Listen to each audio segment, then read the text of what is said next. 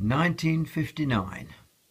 At the beginning of the year we had a disappointment because Joyce and Peggy said they were not going to come to the club regularly anymore. However, Betty said she would help me take meetings, and the first week she brought a new member, Brenda, along. We decided to start the committee afresh this year, so with Betty and I, that's Wendy, Pat Rolls and Pat Ellis were elected. Various ideas were put forward, such as a musical evening and Monopoly, which we did 2 evenings. Also, ice skating was suggested, and we decided to try this for the first time. Brenda gives her report. Ice skating. On Tuesday the 17th of February, we all went ice skating. We met outside Lions at 7:20. Betty and I were the last to arrive. It was 3 shillings to get into the ice stadium and 1 shilling to borrow skates. Wendy, Mavis, Pat E, Pat R and I borrowed skates. Betty's skates did not fit her, so she kindly lent them to Carol. Betty borrowed her skates from a friend. The skates at the ice stadium had not got much support at the ankles. Mavis found it awkward to walk on them, so she took one off and hobbled to the rink. Carol said she had not been skating before, yet proved herself a good skater. Wendy did quite well. Pat Ellis fell down but did not hurt herself. Betty can skate, so she helped us all along. At 8:30, Betty and I went downstairs for some refreshment while there was special dancing in progress. We left the ice stadium about 9 o'clock, and when we arrived in Arnold, some of us had some chips. We all said it was a very enjoyable evening. Yes, it was, and we must try it again sometime. We decided to go out on Good Friday as usual, and Carol will tell you all about it. Club hike. On 27th of March, the club went on a hike to Bleasby. We caught the train from the Midland station and left at 3 minutes past 10, which got into Bleasby station at 10:30. It was not pleasant at all in the morning. It even started to rain. On the way, we saw a sheep with her 2 baby lambs. It looked as if one of the little lambs had only just been born. When we came to the fields, we had to go over them, and it was very muddy, and Brenda walked through some mud and came out without her shoes and her feet covered with mud. Then, further down the fields, we had dinner. We all had dinner. We had to sit on wet grass. Pat had a tin of tomatoes just on their own, much to our horror.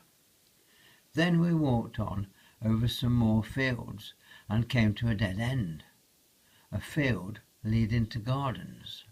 So we had to go down the muddy path which led us to where we were before. Then we came to St. James Church, and all of us said how sweet it was. When we came out and closed the gate, we all ran down the road and sat on a bench. I had my photograph taken lying on a gate, and one of us sitting on the bench eating. When we were all ready, we walked towards the river. When we got there, we watched several men boating.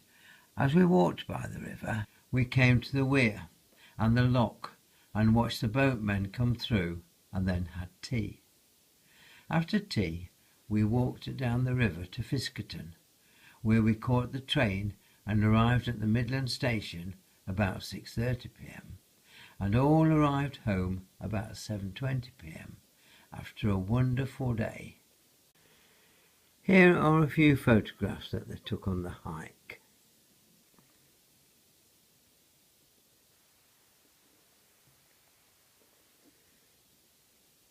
Carol having a rest on the gate.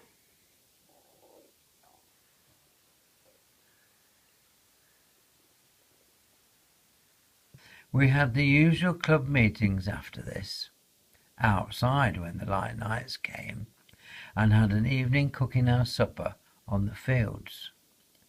We had about half a dozen small boys watching us most of the time, and of course we all roared with laughter when Betty's frying pan got on fire. We decided to have 2 months' holiday in July and August, but we decided to go to Skegness for a day in July. Pat's report follows.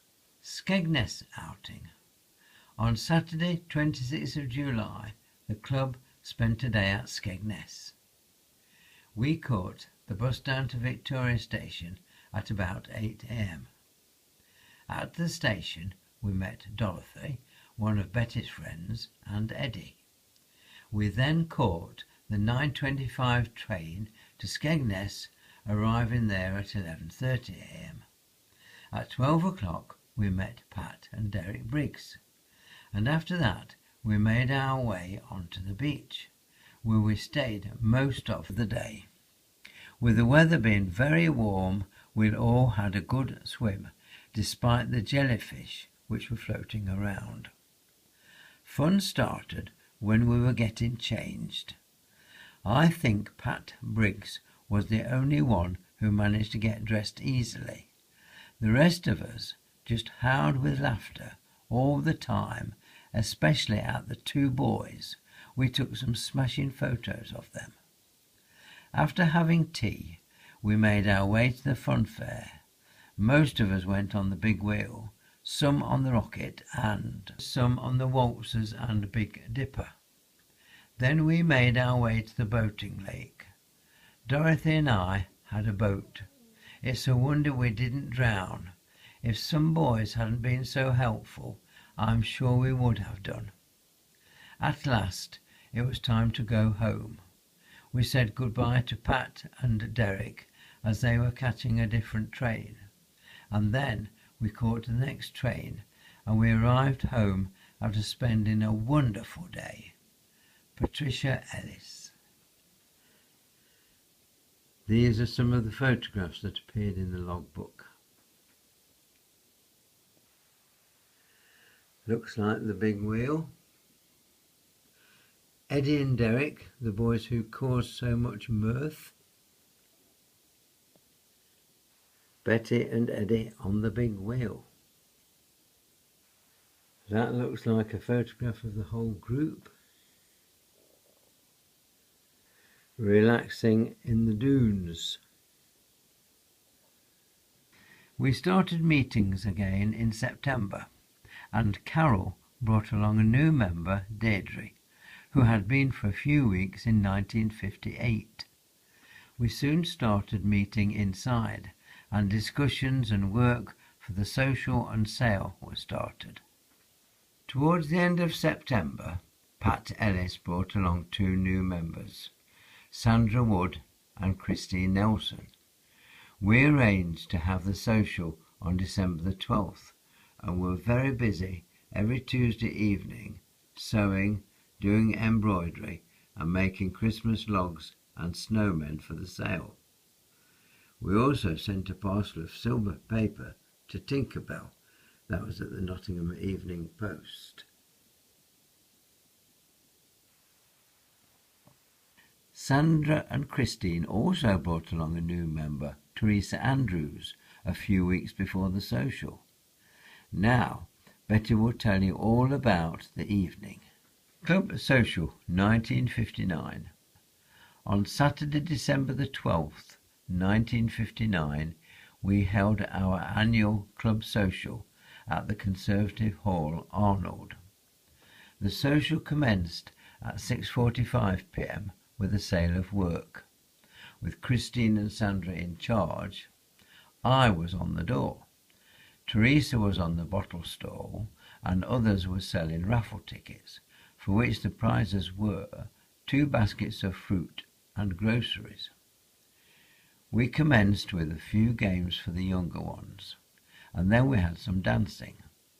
At about 8:30, we started getting refreshments ready, which were a glass of orange cordial and a cup of tea and some cakes and biscuits.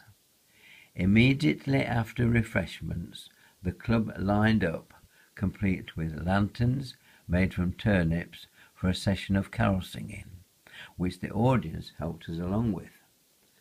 Afterwards, we had more dances and games, and the social continued until about 10:15 p.m., when the fog came down and people started to get away before it got too thick. After everyone had gone, some of the club's older members helped us to wash the pots and tidy up the hall after a most enjoyable evening. Betty Shaw. That was their typed notice for the social. When I counted up the money afterwards, I was most surprised and pleased to see that we had made a profit of over £14. Well done, everyone. They all worked very hard, I must say. Our next excitement was the club party, held on the Tuesday evening before Christmas, to which Mum and Dad were invited. The prizes were given as follows. Cup prize, Pat Ellis. Points prize, Mavis. Attendance prize, Betty with 40 out of 40, Mavis with 39 out of 40. We also gave Mum some soap and bath salts, and Dad some handkerchiefs, and the club gave me a pair of stockings. We had decided to go carol singing twice this year, but only 5 of us went the first night, although 2 of my friends very kindly helped us out. On Christmas Eve, Pat and Derek joined us, and we went to Mrs. Dolby's and were invited in to her cottage to sing. She had been collecting for us, and it gave us a good start to the evening. We were also invited in at Mrs. Dodd's, Mrs. Briggs, and our house, and Stacey Blake's. They were Wendy's grandparents. With the proceeds from this and the social, we were able to send £18 in all to Dr. Bernardo's Homes, which was nearly twice as much as last year.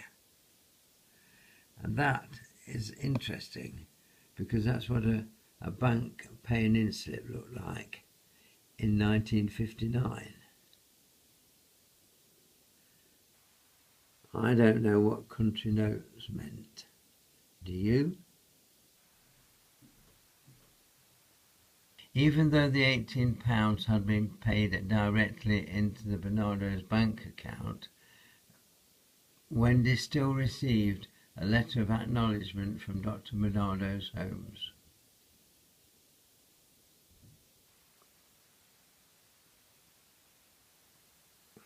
And the receipt from Dr. Bernardo's Homes